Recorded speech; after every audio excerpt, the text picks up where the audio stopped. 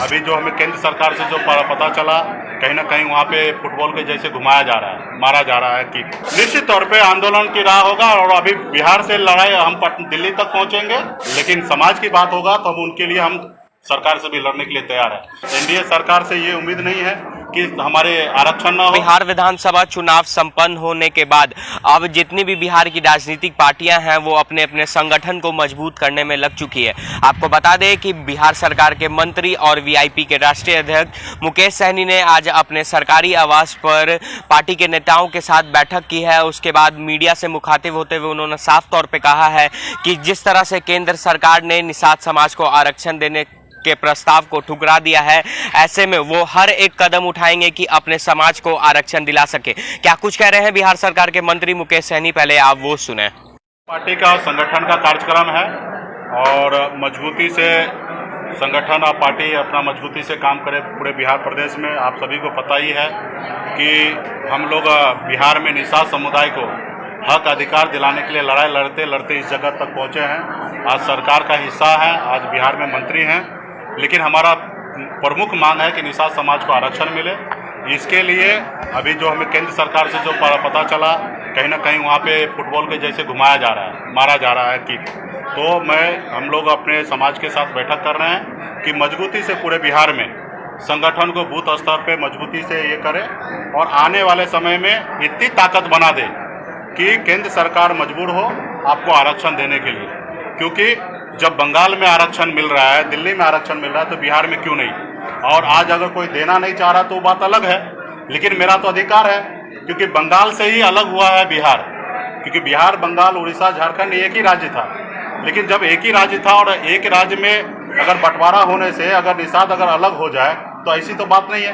केंद्र सरकार के गैजेट में क्लियर लिखा है कि बिहार देश में निषाद समाज अलग अलग राज्य में अलग अलग जाति SC ST में पाया जा रहा है, जैसे वो बंगाल में है।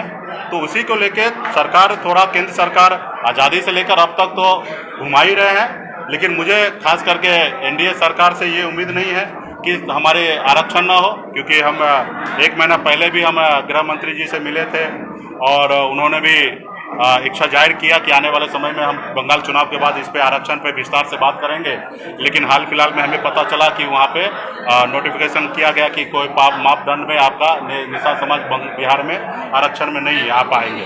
तो खैर अभी हम गृह मंत्री जी का जो बात रखे हैं उस पर हम अभी इंतजार कर रहे हैं, लेकिन हम लोग अभी किसी के भरोसा रहने वाले नहीं हैं। हम अपने आप को मजबूत होंगे, ताकत में होंगे।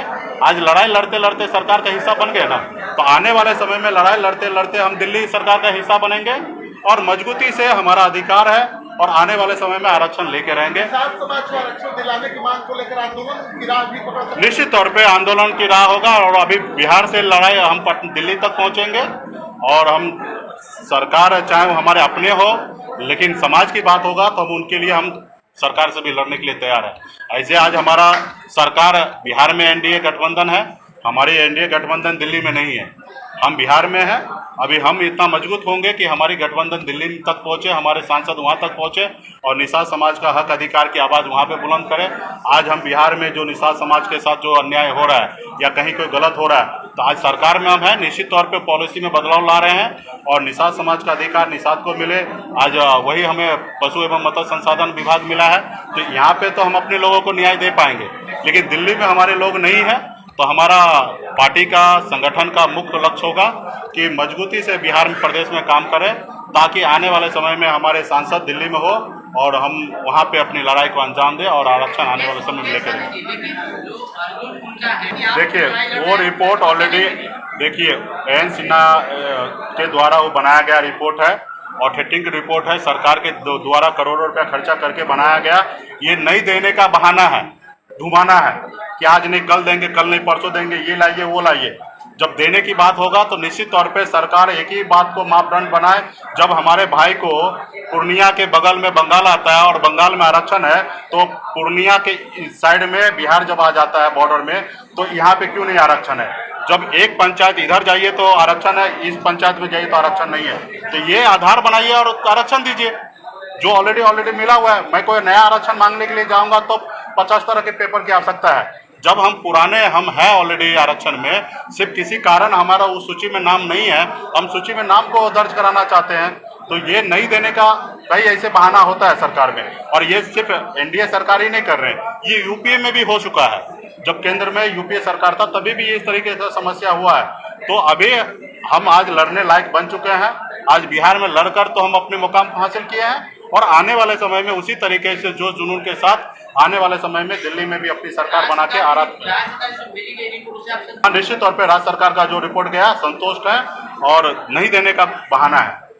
तो आपने साफ तौर पे सुना है, बिहार सरकार के मंत्री मुकेश सहनी का कहना है कि जिस तरह से केंद्र सरकार ने यह प्रस्ताव को ठुकरा दिया है, ऐसे में उन्हें जो भी जरूरत पड़ेगी अपने निषाद समाज को आरक्षण दिलाने के लिए वो हर एक कदम उठाएंगे। अब देखने वाली बात होगी कि जिस तरह से आज बिहार सरकार के मंत्री मुकेश सहनी ने साफ तौर पर कह दिया है कि निषाद समाज को आरक्षण दिलाने के लिए वो कुछ भी करेंगे, तो ऐसे में क्या बिहार के मुख्यमंत्री नीतीश कुमार दोबारा केंद्र सरकार को प्रस्ताव भेजते हैं या नहीं। बहरहाल बने रहे हमारे साथ। अगर आपने हमारे चैनल को सब्सक्राइब नहीं किया है तो जल्द से जल्द सब्सक्राइब कर ले। धन्यवाद।